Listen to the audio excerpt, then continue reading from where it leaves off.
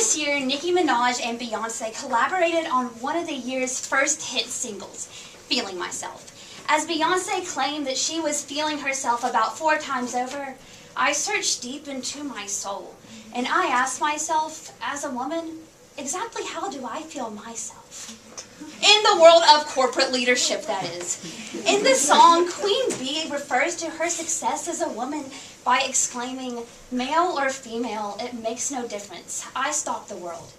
Unfortunately, women remain poorly represented in the world of corporate leadership, even in the year of 2015.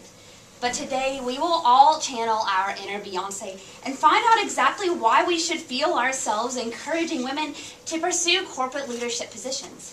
First, we are going to find out why we are so crazy in love with women remaining inadequately represented by identifying a problem and examining the status quo. Then we're going to roll up the partition to isolate the cause.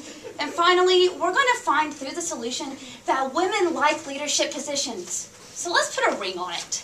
While Beyonce might be crazy in love with Jay-Z, we have found that we are way too comfortable with the lack of women pursuing leadership positions. The American Progress Institute reported in 2014 that women have outnumbered men on college campuses since 1994.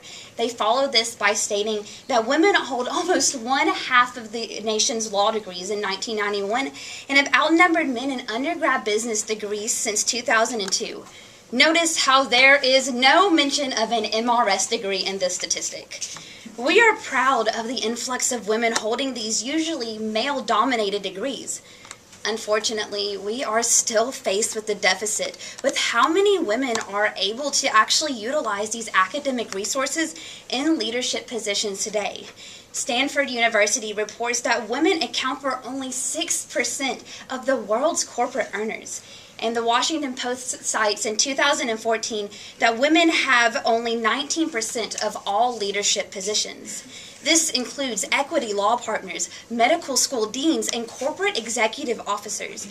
Although we are aware that we should shatter the glass ceiling, we are trapped in a glass box in terms of progress.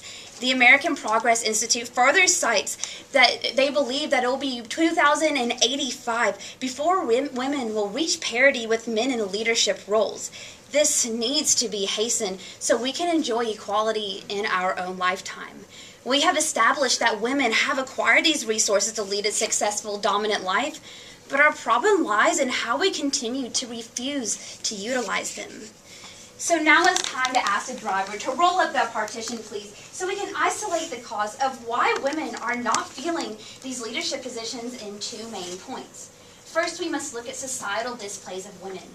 Many look to women as caretakers of children, asking them to abandon their careers. Edna Torpley, the diversity inclusive leader, enforces this by saying, when we enforce this behavior that we are demanding women to leave their careers, when we do this, we close companies off from a wide talent pool.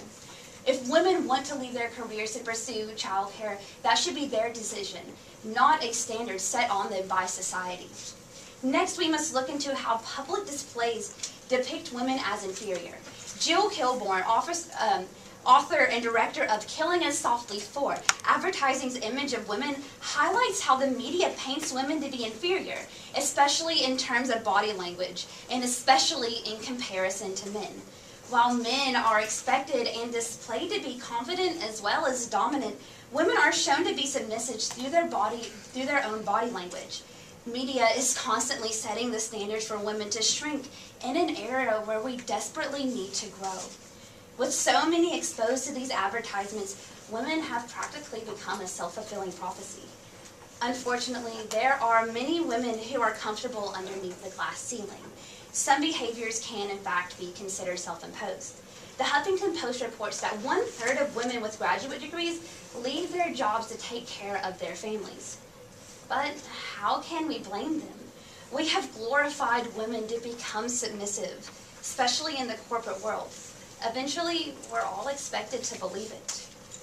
There are so many women who would like to hold these leadership positions, so now we should help them put a ring on it.